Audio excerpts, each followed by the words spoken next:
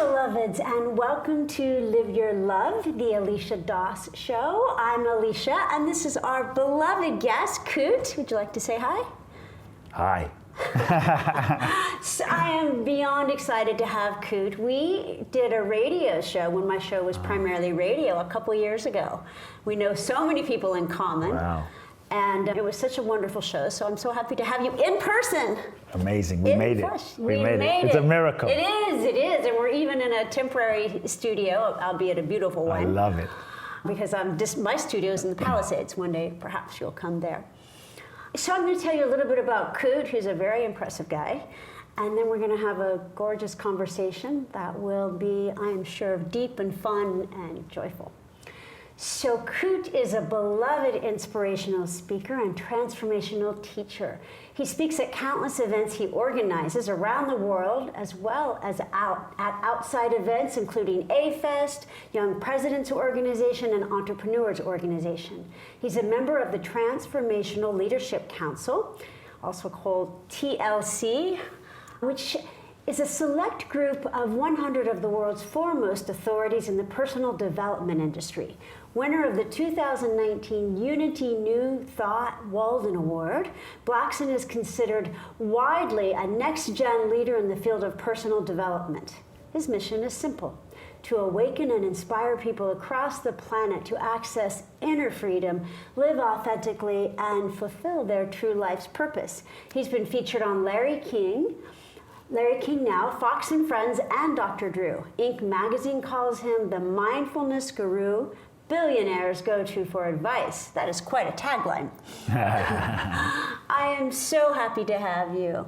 Thanks for having me. Thanks for the invitation. My pleasure, my pleasure. So my beloveds, we're going to start, as we always do, with calling in the light, which is really just calling ourselves forward into that higher consciousness. If you would, everybody, let's just take in a deep breath and breathe in all the love of all the universe. And as you exhale, just let go.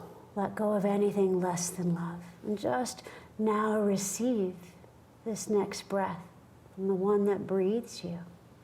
And as you receive this breath, again, you let go of that which is distracting, of that which is less than light and love. And just keep breathing in love and breathing in light and breathing out anything less. As beloved Mother, Father, God, we just now open into the light of the Holy Spirit, the light of the Christ, asking that any negativity, karma, and stress imbalances just be taken and transmuted, that our world, our conversation might be blessed. We place this time together into the light, asking only the highest good come forward. We ask that each one present, each one to watch the archives, each one visible, and our whole invisible host be blessed, always in alignment with the highest divine plan. We come into that higher consciousness, vibrating at the frequency of love itself, for that is indeed who we are. One more deep breath as one. And as you exhale, let that love amplify and extend out to our beautiful planet. And so be it. Blessed be and amen. We know so many people in common. Wow. We both graduated from USM. And in fact, I was listening to my preparation for this. I was listening to your podcast with Michael Beckwith, and you mentioned John Roger. Oh, yes. Of course, this ashram is John Roger, Wow. where we are, because as many of you know by now, I don't have access to my home in the Palisades, so we're filming at John Roger's ashram. I met John Roger probably when I was 14, 15. Really? In San Diego. Wow. And I first read his books, You Can't Afford the Luxury of a Negative Thought, and some of those sort of mainstream popularized books. And then I saved up all my money. I grew up in London, so I saved up all of my money, convinced my parents to allow me to go to a spiritual conference in San Diego. It's called the International New Thought Alliance. And I came by myself. At 14, 15? 15. Wow. Gene Houston was speaking, Michael Beckwith was speaking. This is before I moved to the US. And this dude, John Roger, was there. And it was a bit different from the other folks speaking at the conference. Triggered half the room, and it was interesting. Yeah. But it was a beautiful experience. I used to love his books as a kid. Did? Yeah, that's beautiful. I love that. Yeah. He's been gone for about 10 years, but his spirit certainly lives on. Nice. Yes. So You have a fascinating story, and like me, you're a blend of cultures. I'm half European, half Indian. Wow. And you're half Japanese? Yes, my father's from Ghana. My mother's Japanese. I grew up in London, and since 18, I've been in the US. So over half my life now. Citizen of the globe. I feel like I'm from everywhere and nowhere simultaneously, everything and nothing.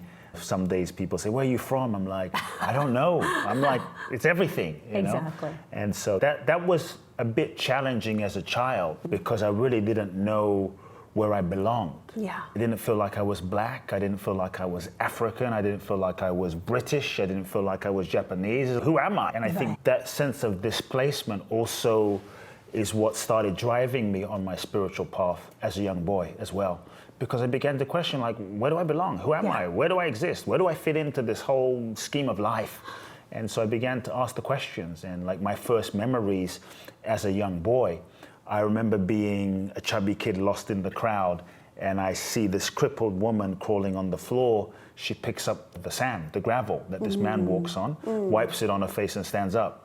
And so week after week, I grew up seeing blind people see and deaf people hear, and a person would come into a room in a wheelchair, hadn't walked in 10 years, and this man would say, why are you in this wheelchair? You're not sick, stand up. And she would say, but I haven't walked in 10 years. Do you believe? Yes, stand up, boom. And they would stand up. And so I grew up around these miracles, and this man was my father. Yes. And he built 300 or so churches in Ghana, West Africa, and a huge church in London. At the height, he probably had, in London, 4,000 to 5,000 people every Sunday. Wow. And so my father, I think, was interesting in that even though he had these churches, he went to India in the 60s and had a kind of awakening experience, and so decided to not abandon the churches, keep the churches, and became very spiritual, metaphysical. So I grew up, by the time I was born, I grew up in a very mystical, spiritual tradition where Jesus was not just the savior figure, but a possibility for all of us as human beings, that Jesus was not simply Jesus the Christ, but Christ as a consciousness that we all have access to. So I grew up with this sense of possibility, seeing miracles, feeling anything was possible, but I also grew up with the sense of a deeper spiritual understanding based on my father's knowledge and my mother being Japanese and Buddhist, and going to church on Sundays and Fridays and meditating with my mother throughout the week. And it was just this crazy, amazing blend of blessings. That is just gorgeous. I love that. And to me, it's why you're such an incredible and fascinating and unique teacher, but also just who you are is a bridge. Yeah. And I'm similar. I had a Hindu father and a Christian mother, and rural Indiana, and the Ku Klux Klan would collect for money on the street corners. Then when I saw my platinum blonde mother with my dark father, my mother would push us behind the seats and say, get down, and they would bang on the... So I had a similar kind of predilection towards, I'm everything, I belong everywhere, and I belong nowhere. And I think that turned me deep inside. Yeah. And so my passion, and I love what you're saying about, I would call it esoteric Christianity. Yeah. That is how I am as well. Like all paths lead to the same place, which is love. Yeah. It's really where our world is going, thank goodness. Of course, there's a lot of focus and a lot of efficacy to the law of attraction, to manifestation, to really focus on what you want, don't let go, but let go. Yeah. So how do you marry, you're clearly great at manifesting, you're clearly excellent at surrender. How do you marry that manifesting consciousness with that deep and divine surrender? Yeah, I would say that I don't really feel I manifest anything. I think that it's all already manifested. If there's anything, for me, it's become more of a process of getting myself out of the way so that I can come into alignment with the highest flow and possibility of the divine expression of life, more than anything. And so the old paradigm, I think, is an ego-based model for creating life, which is great, which has a place, which can manifest, but I think when you manifest that way, you will end up manifesting in a very limited manner. Because when we're locked in ego identification, we don't see the entire picture, the entire unfolding, the entire play, the entire possibilities of life. Because when we're locked in ego, we only see a very small piece of reality. And so the ego-based model is about, what do you want? Get clear on what you want. We don't really ask, who is the I? What is the I that wants? And so sometimes you end up manifesting from the lens of the ego, thinking that what you want is what you want, but it's not really what you want. It's just what you think you want based on who you think you are. And many times the goals that you manifest and you project and focus on and intend from the lens of the ego can be a projection of unmet needs from childhood. Dad wasn't there, mum wasn't there, I didn't feel enough, I didn't feel worthy. So if I can just get the Ferrari, get the Lamborghini, win an Oscar, become famous, have a beautiful body, be famous on Instagram, then I'm gonna finally be worthy, valuable enough. And so ultimately, you end up manifesting it and you're not truly fulfilled. It's not the authentic expression of what your soul is seeking to experience. And so I think for me, the shift happens in marrying surrender with manifestation when you ask a different question. To me, the question is not, what do I want? The question is more about, what is it? You open yourself to a bigger dimension of life where you ask, what is it that is seeking to, what is the highest possibility of what is seeking to manifest? What is the highest possibility of what is seeking to express and create and write and podcast and be created through me? And I think it's about becoming open enough, available enough to feel deeper than your mind and deeper than your logic and deeper than your ego and deeper than your own nervous system, to feel what is the deeper truth of what your soul is seeking to express. And I think when you can feel that and start attuning to that deeper impulse of life, then you can align with what that is and catch that vision, connect to that vision. Then you can bring your ego and your visualization and your manifestation and your planning and your marketing and your resources into alignment with the flow of life. And I think that's when we are truly in the flow and working in harmony with nature, in harmony with the divine. Then you catch the vision of what is seeking to happen. Then you can commit and go for it and fully give everything you've got without attachment. And I think that's the key. And so in terms of surrender, we have this, I would say, a misconception that surrender is weak, that surrender is giving up, that if you surrender, you're not going to be able to manifest your dreams and your life, and somehow you're going to have to sell everything, move to India, live in an ashram in India, and wear robes, and like never get married, never have children, don't have a good life, and that's it. But I think it's a misconception. I'm actually saying, no, if you truly understand the real essence of surrender, real surrender, what if you actually didn't get less? Maybe you won't get what you thought you wanted, which might have been an illusion anyway. But what if you actually got more? What if it was different? But what if it was better than you thought? What if it was beyond what you thought? What if it was like so interesting, different, amazing that you could not have even imagined it? You could not have sat down, opened your journal, even conceived of that possibility to write on your vision board because it was bigger than that. And if you look at people like Mandela as an example, 27 years in prison. 27 years in prison. That is not a life that you could even imagine. Let me go to a goal-setting seminar, sit down, and imagine Mandela at a goal-setting law of attraction seminar saying, yeah, I'm gonna sit down and I'm gonna spend 27 years in prison. I'm gonna come out of prison. After prison, I'm gonna become president of the South Africa. You can't, that's beyond the mind. Yes, yes. And so for me, I think the real miracles, the real magic of life happens outside of the realm of the mind, outside of the realm of the ego. And I think if all of us, we look at the best things in our life that have happened, meeting your soulmate, having a child, meeting your guru, teacher, whatever it might be, if we look at the best things in life that truly happened to us, most of it, we did not plan. We did not sit there and strategize and make a plan. It happened in the process of divine grace, synchronicity, but in the process of just following what was there, living life, not just sitting on the couch doing nothing, but it happened in the process of living life. And I think surrender is the most powerful thing that we can do. Surrender is the real secret to true manifestation. Surrender is the password to freedom. And if you look at the great ones, Jesus, Buddha, Mother Teresa, Oprah, Bruce Lee, Muhammad Ali, Mandela, like if you look at the truly great ones in any field, at some point, whether they were consciously aware of it or not, they all reached a moment where they got to the edge of their own ego's capacity to make it happen. And at some point, they had to surrender themselves to the deeper impulse, the deeper expression of the unfolding of their life.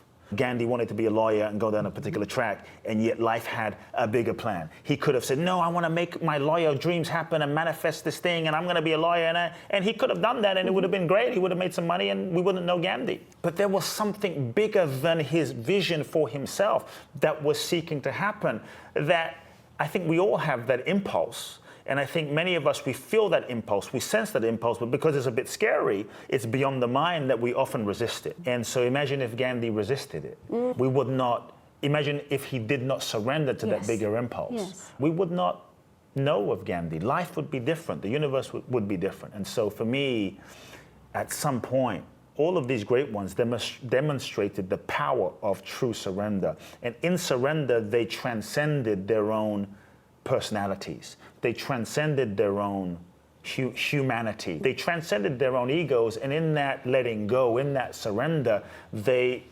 tapped into another dimension of life, the infinite possibilities of life. And that's when life, the divine, began to, I would say, use them, express through them, create through them. It's life that begins to manifest through you beyond what you can do on your own. And that's, I think, when the miraculous happens. And that's when I think you step back and see life unfolding and manifesting itself in ways you could not have even imagined. And so surrender is a letting go. So surrender is an availability. It's an openness. It's a taking the limitations off of life. And I think what life can do through you and me, what life can do through you is more than anything you can do on your own. And I think that's when grace and magic and the miraculous manifest. And so I call my book The Magic of Surrender, specifically not the power of surrender, the magic. The magic is that which is beyond your own human capacity to imagine what is possible. And I think on some level, we all want magic. The magical possibilities of love and relationship and life and synchronicity. We all want magic, but there is no magic without surrender. And the degree to which you surrender is the degree to which you will be available and invoking the magic in your life. And so I think that's the power. Surrender is the password, is the key that unlocks the deeper dimension to the next level of manifestation. And I would say when it comes to manifestation, the law of attraction, what I have found is you don't really, in life, you don't get what you want. You don't get even what you think about. You don't necessarily get what you pray about. I think you get what you are. And you can pray and you can meditate, you can do all these things, but until you become the energetic, vibrational frequency, consciousness, and expand that dimension of your being, to resonate at that level that is an energetic match for the thing that you say you want. You can meditate and pray and ask and what have you, but often you're not aligned energetically with the thing you want to manifest. And so I think part of manifestation is not about chasing and not about trying to make something happen. Part of manifestation is about releasing and letting go. Part of manifestation is about letting go of the false beliefs, the false narratives, the pain, the emotions, the judgments, the traumas, the energetic blockages that might prevent you from truly being in alignment with that which you say you want. And I think when we truly do the inner work to heal, to transform, to let go, then our vibration energetically, naturally will rise to a higher frequency and vibration as we become more love-filled, more full of light, more full of grace, more full of joy. And in that energetic shift, we start to attract more of what we are. Yeah, beautiful. It reminds me of the Buddha saying, I am not what you say I am, you are what you say I am.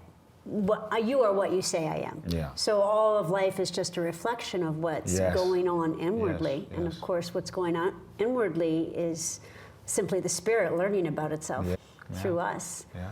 And it also reminds me of another beautiful saying of, Lord, God, universe, whatever we call the divine, I've lived all these lifetimes for me, this one I'll live for you. And that's really taking that step back.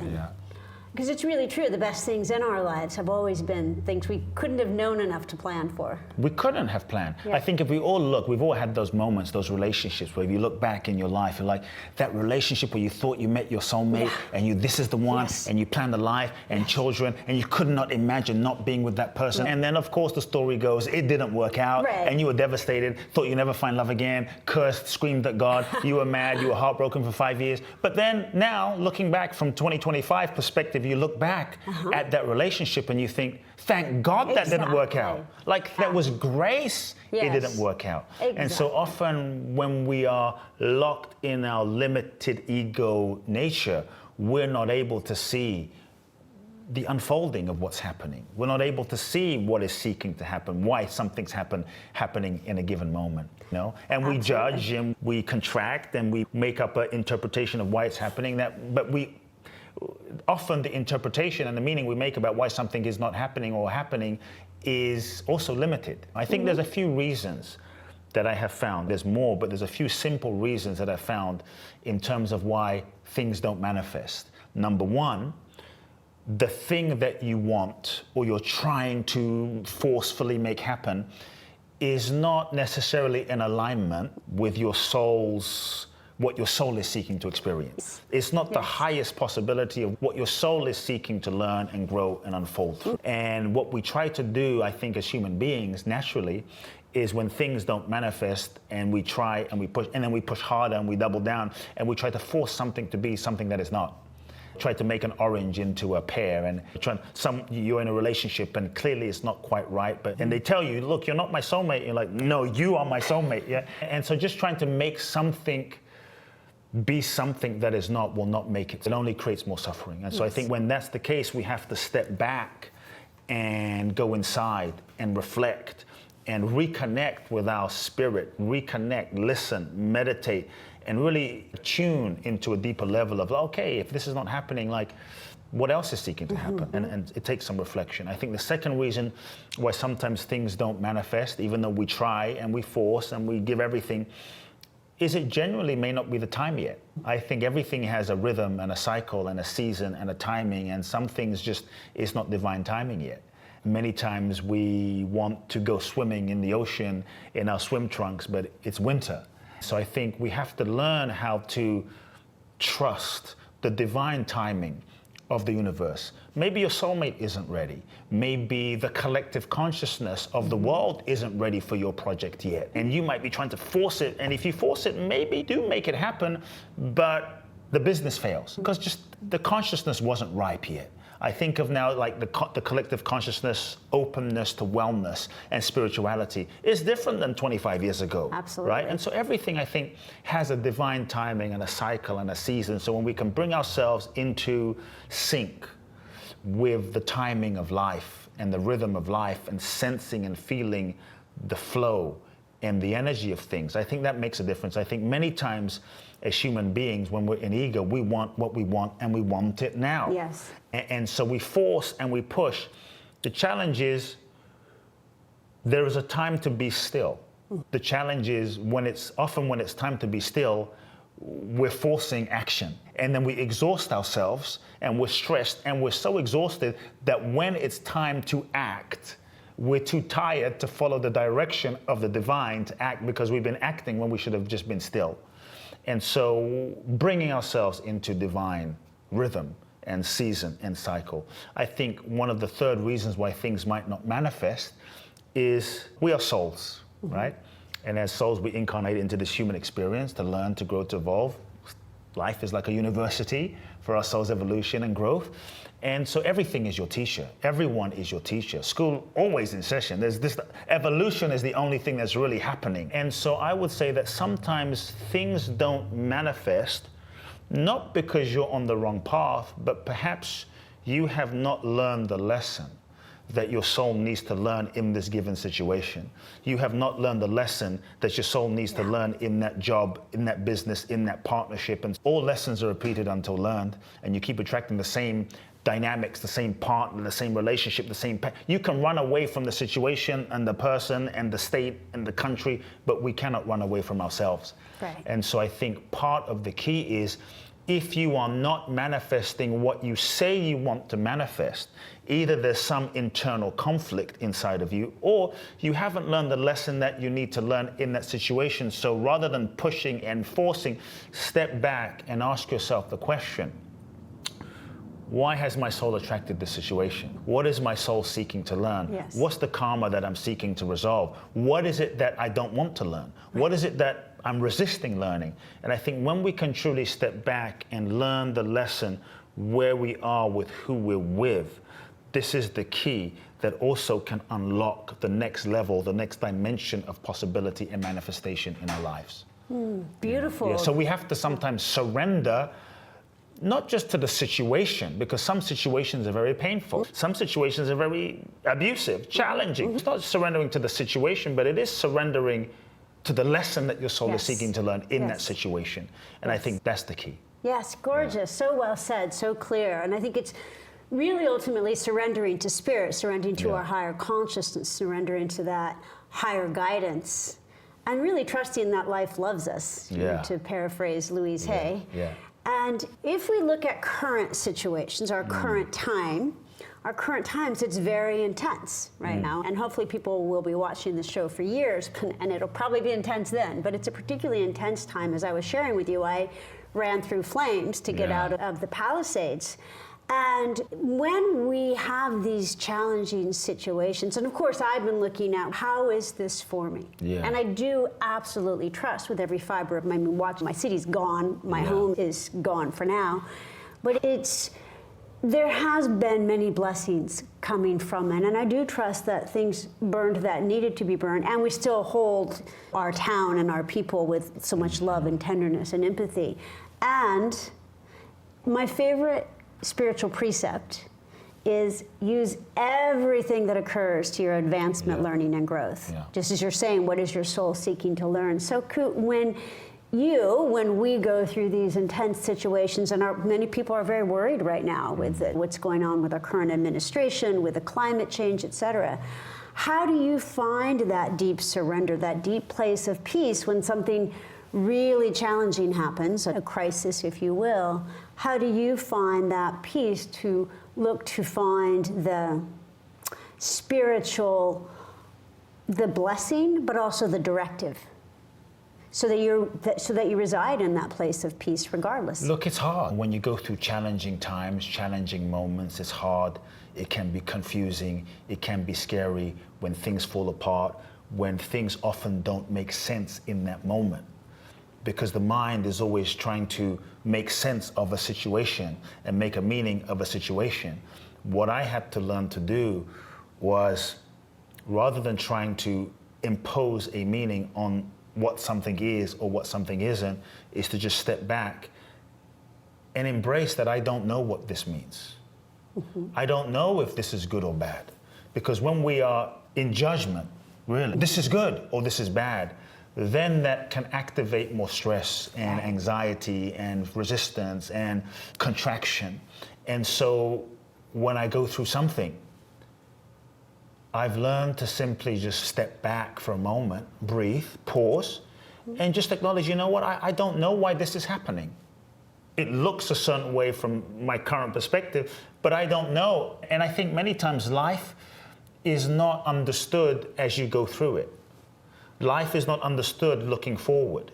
I think life is often makes sense and understood in retrospect as you look back. And then you see how all of the dots interconnect and how all of the pieces of the puzzle have to be a certain way to bring you to that moment. But we often don't see it as we go through it. And so I think what I've learned, one of the things I've learned to do is step back and say, you know what, I'm not going to make up any meaning or story about this. I'm just going to be in the I don't know, but I'm going to allow life to show me. I'm going to allow life to reveal itself to me. And then from that place, one step I think is to do your best to come into a level of acceptance. Because whether it's raining or it's not raining, whether it's thunder or it's not thunder, whether this has happened or that's happened, you cannot fight the reality. And I think what creates suffering is when we resist what is, we resist the reality, and we hold this idea of this shouldn't be happening. This experience shouldn't be this way. It shouldn't be that way. They shouldn't be that way. The administration shouldn't be that way. The weather shouldn't be that way. My husband shouldn't be that way. The situation shouldn't be that way. But the thing is, it is. And no matter how much we moan, groan, complain, and we have maybe rights to, but none of that changes what is. Yes. And I think the more we can bring ourselves into, as a step, into relationship with what is, because what is, whether you surrender to it or whether you don't, it is what it is. Yes. And so I would say part of the path of surrender, before you get to surrender, there is a difference between acceptance and surrender. And so part of the process of moving to truth, surrender is that open-hearted participation with life. I'm going to use everything for my soul's growth and evolution. No matter what it is, I'm going to roll my sleeves up and I'm going to embrace what is happening. If it's raining, I'm going to stay at home and have a dinner with my family. If it's snowing, let's go snowboarding. If it's sunny, let's jump in the pool. Let me use whatever is happening for my soul's growth and evolution. That is the full participation in life. That is surrender, right? But before surrender, you have to move into acceptance. Yes. And acceptance is on the path to surrender, but acceptance is when you simply give up fighting and you stop negotiating. Shouldn't be, I wish it was, maybe. This is what it is. And that is incredibly sobering. It's challenging. Things are falling apart. This is what it is. And I think when you can move into that, it moves you into relationship with life. When you can move into relationship with life, often what I have found is that moves you into, between acceptance and surrender is a stage that I call grieving. And most of us, we're not able to fully move into that open-hearted surrender because we don't truly allow ourselves to come into acceptance and then move into that phase of grieving. Grieving is the acknowledgement that this relationship is not going to work. When you truly accept what is, often there is a grieving. Yes. There is a giving up of what you wanted. Yes. There is a giving up of how you thought it should be. It's like the deep acceptance of where you're at. There is a giving up of the life you thought you should be living. There is a giving up of the relationship you thought you were going to have with your mom or your dad. There is a giving up of, wow, I'm not going to be the next Tom Cruise. And that's okay. But you have to truly accept so you can move into the grieving and allow the grieving so that you can allow an old part of you to die, so that you can allow yourself to move from one phase of your life to another phase of your life. Wow, I'm not 20 years old anymore. I'm 30, I'm 40. Oh, I'm moving into a different stage. But you can't embrace the beauty of what is happening and what is seeking to happen until you truly allow yourself to grieve what was. And so I think grieving is a portal and a doorway as you're going through a difficult moment and a difficult time. It's to grieve what you wanted. It's to grieve what you thought should have been. It's to grieve the loss. It's to grieve what wasn't. It's to grieve it all. To allow yourself to grieve is to let go. And that grieving process is what allows you to let go so that you can open your heart again.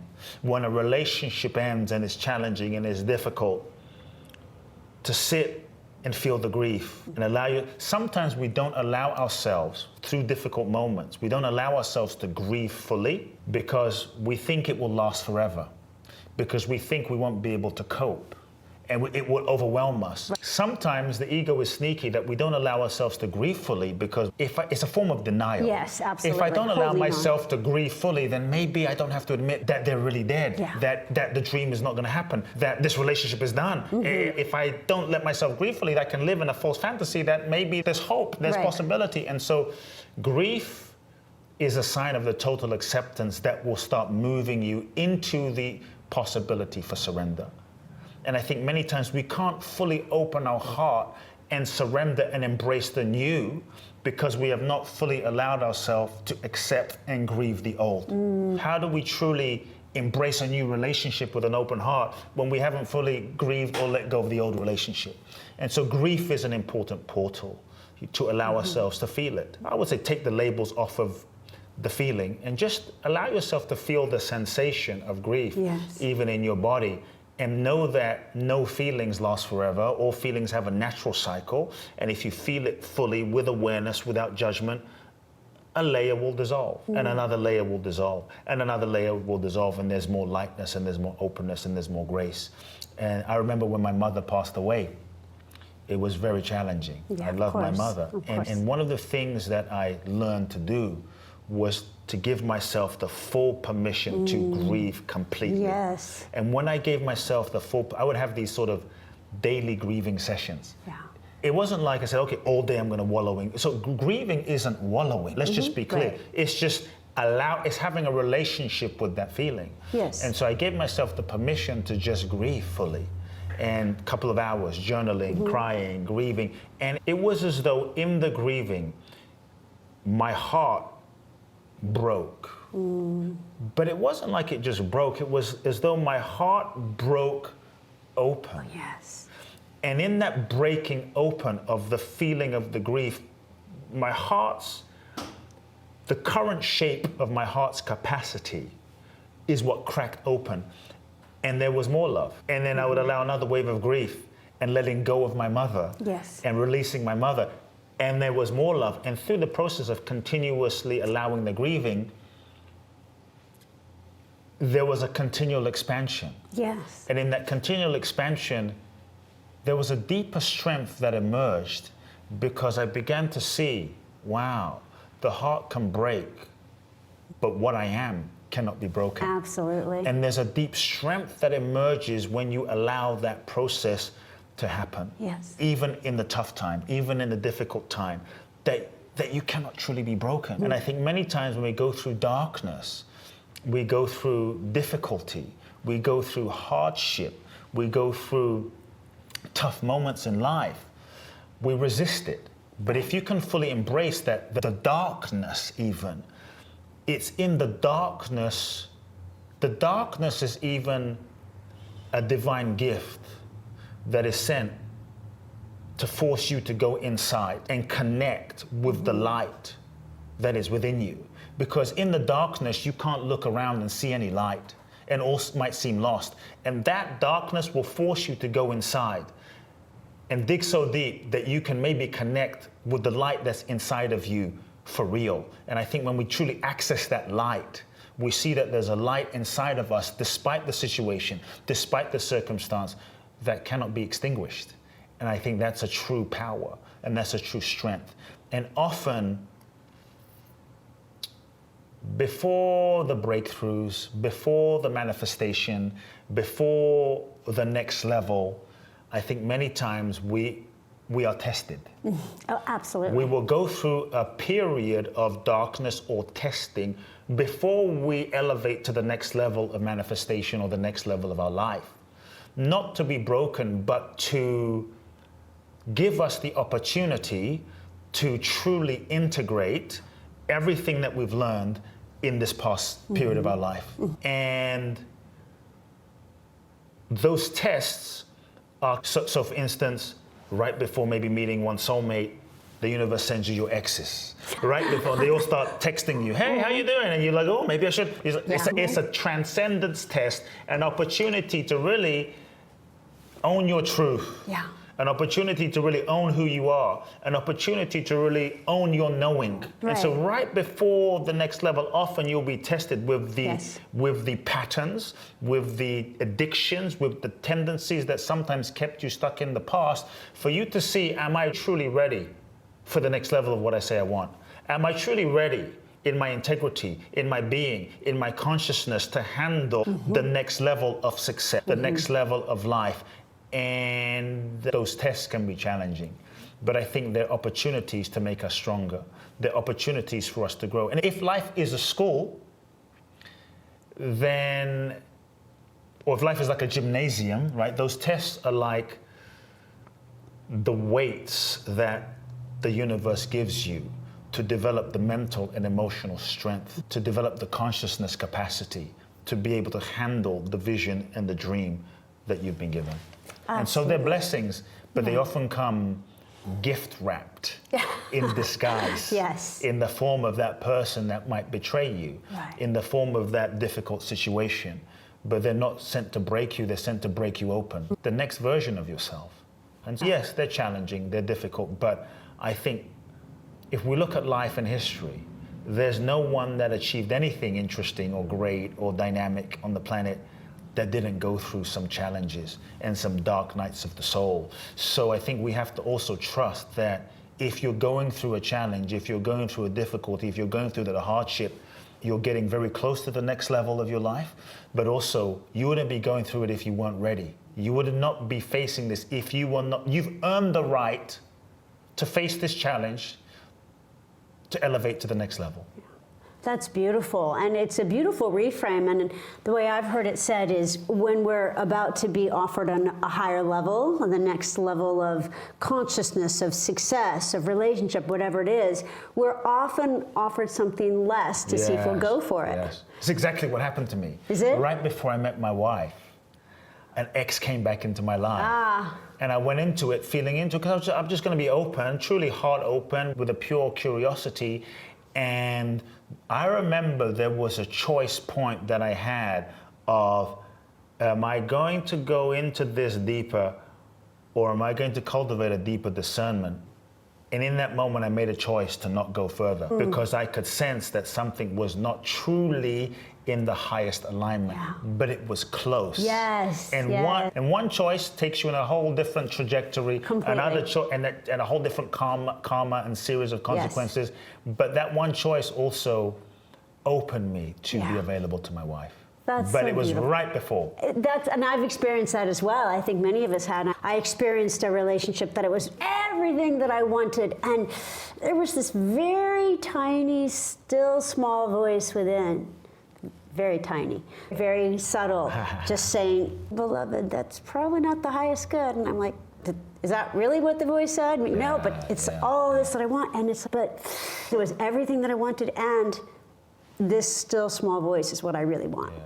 And so I walked away from it. That's the surrender. Yes, That's the real surrender. Real surrender is when you dare to follow that voice regardless of anything. Yes. Real surrender is when you say something deeper than myself is guiding me in a direction, and I don't understand it. I don't even need to understand it. And I might not even like it. And I don't like it. And I'm not even going to try to project into the future what's going to happen. I'm just going to follow it. Yes. Fake surrender is, you know what? I'm going to let this relationship go. I'm going to let this thing go so that I can have it. Exactly. So we're projecting what we want to have happen when we let go. But that's not real surrender. It's a negotiation. Exactly. And so the ego sometimes plays this game of fake surrender. But the truth is, real surrender is when you don't know what's going to happen and you don't try to figure out what's going to happen. Then you remain completely open and curious to what life is seeking to make happen. You're not projecting anything from the past or your ego into the possibility of the future. Then there's a wide open field. And what I have found in the process of life and surrender is the deeper I go, the less choice I have. Absolutely. The freer I am. Yes, exactly. The more in ego I am, the more choice I think I am. I can do whatever I want, wherever I want. The more limited I am. Yes. And so I think true surrender is the real freedom. And sometimes you might not want it, you might not like it, you might not, but the deeper you go, the more you surrender, the choices become clearer. Before you used to be able to do this, date here, go here, do that, drink, but now it's my will and thy will start becoming more aligned. Yes. It's funny with my book, The Magic of Surrender, I did not want to write a book about surrender. I tried to write every other book other than the damn book about surrender. I sat down one day after my first book came out. I'm like, okay, I filled a book and I had a whiteboard on my wall and I had 50 different ideas. I thought, what book does my publisher want? What book would be a New York Times bestseller? What I'm trying to be intelligent. What book does my audience want? What book could I market? What book has a unique angle? And there's all these books now, The Subtle Art of Not Giving, The Magical Art of Tidying Up. So I was coming up with all these clever titles, The Subtle Art of the Magical this and that. I was going to condense everything together and game the system. Right. And the truth is, none of those felt right. Wow. The only word on my little whiteboard that felt truly aligned and authentic was this one small word at the bottom that said surrender. And I thought, damn, like I could feel the pull. Of course. I could feel the nudge. Of course. And I did not want to write about that. So I had to surrender to the book about surrender. The book about surrender had a soul of its own, and it was the book that was seeking to be written, not the book that I wanted to write. And that's when the grace flowed. And that's when everything aligned. My agent appeared, the publisher appeared, all these things started happening because I was living in the flow of life. Yes, beautiful. You know, and I think many times we don't realize that if we're not living in the flow of life, things are either stressful or a struggle, or they just don't manifest. Yes, yes. And so I think if we are willing to become still and not push life, but like a surfer in the ocean, feel where the true energy of life is moving, you will sense and you will feel an energetic movement that you're not doing. It's the energetic movement of life that is flowing.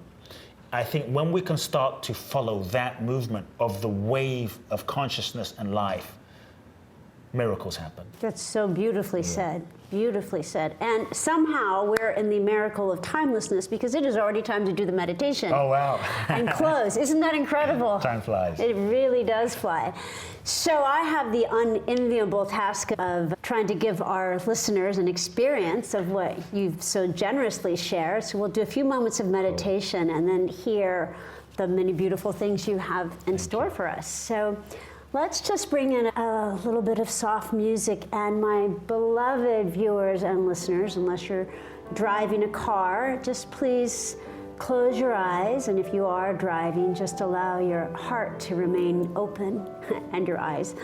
And let's just, again, connect into our hearts. And as one, just receive that deep breath as life breathes us, as God lives us. Receiving on that breath all the love of the universe. And as you gently let that breath go, anything less than love, anything less than light just goes with it. That we might come into the one accord, into this celebration of surrender, into the beautiful awareness that we are being lived, should we step back and allow the numinous, the heavenly, to guide us, to show us the way, to bring us into alignment with our highest path, which is always a path of love and light. And we just allow ourselves now to be aware of a current situation that may be challenging, or we may have questions about it, uncertainty. We are a little bit resistant to living in the divine unknowing. And so just allow this situation or to come present. Maybe you place it in your hands in front of you. And be aware of what is it that you've had a hard time accepting about this situation. Might be a person, might be the world, politics, a physical condition. Whatever that is, just move into what's called the first law of spirit, which is acceptance.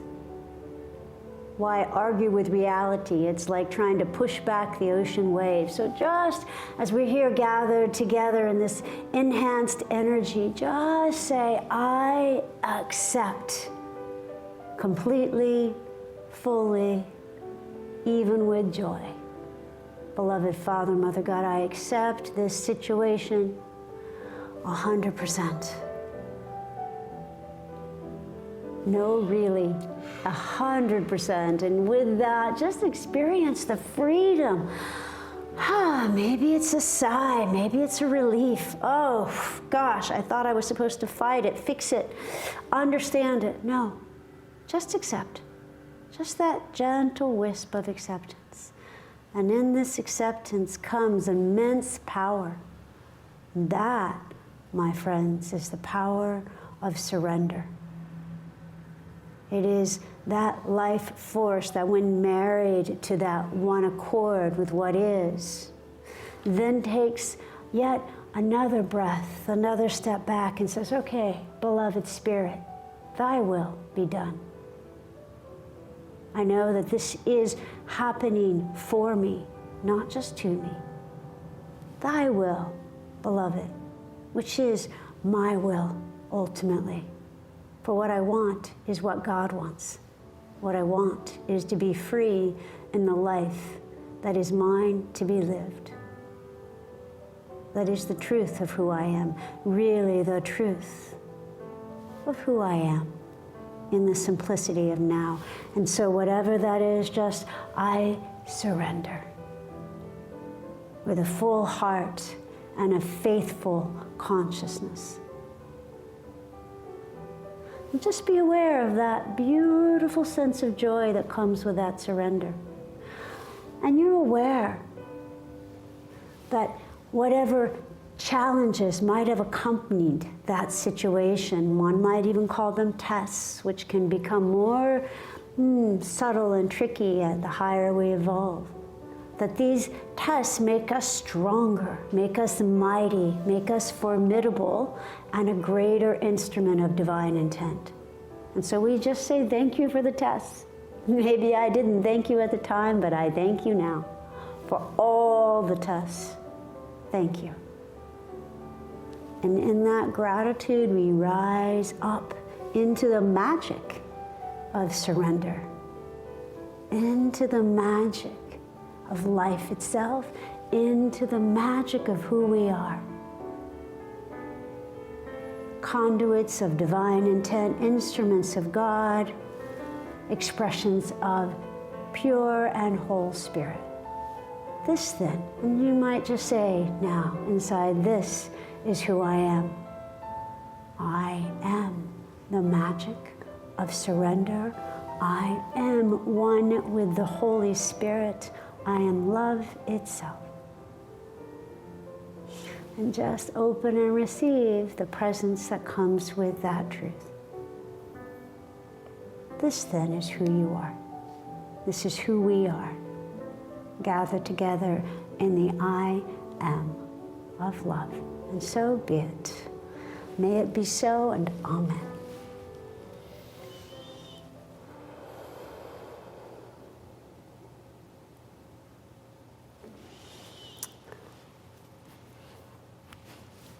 Beautiful. Thank you for your incredible wisdom. I've learned so much in our time together. How can we find you? Give us a little glimpse into how we can participate with you. A couple of ways. People can get the book, The Magic of Surrender, on Amazon. You can check it out there. My website, kuteblackson.com. People can find out about my events and seminars as well. I created a new online course. It's being experienced by thousands of people right now. Fantastic. It's called the 8 Levels of Gratitude. There's 8 levels of gratitude that when you access and harness can really amplify your ability to manifest and create. And I was guided to gift it to the world for free. Wow. It's 8 modules, 8 videos over the course of 8 days, and it's transforming lives. So people can go to www.8levelsofgratitude.com. Is it 8, numeral 8 or 8, number 8. Number 8, yeah. okay. 8levelsofgratitude.com. Just enter your name and your email. Check it out there. Instagram, Kute Blackson. My podcast, Soul Talk. Say hi. Wonderful. So 8levelsofgratitude.com, beautiful free course. Kute, Kuteblackson.com. And of course, we'll have all the links in the show notes. So definitely check out Kute. I myself am definitely going to do that. There's lots of great, and his YouTube and Instagram is just full of a wealth of just jewels, like he's been sharing with us so generously. And I have lots of free gifts on my website as well, aliciadoss.com, simply myname.com. You can pre-order my upcoming book with Penguin Random House called Your Archangelic Ancestry, Discover Your Angelic Name, Heritage, and Higher Purpose. Join my launch team and get all kinds of free goodies there. So I hope I see you there. And our next show is with Neil Donald Walsh, author of Conversations with God, happening in June. In July, we have John Gray, author of Men Are From Mars, Women Are From Venus. Kute, it has been phenomenal to have you. I'm so glad we finally met in person. I've been hearing about you for decades now, and here you are in person, and it's just been such a delight. Thank you.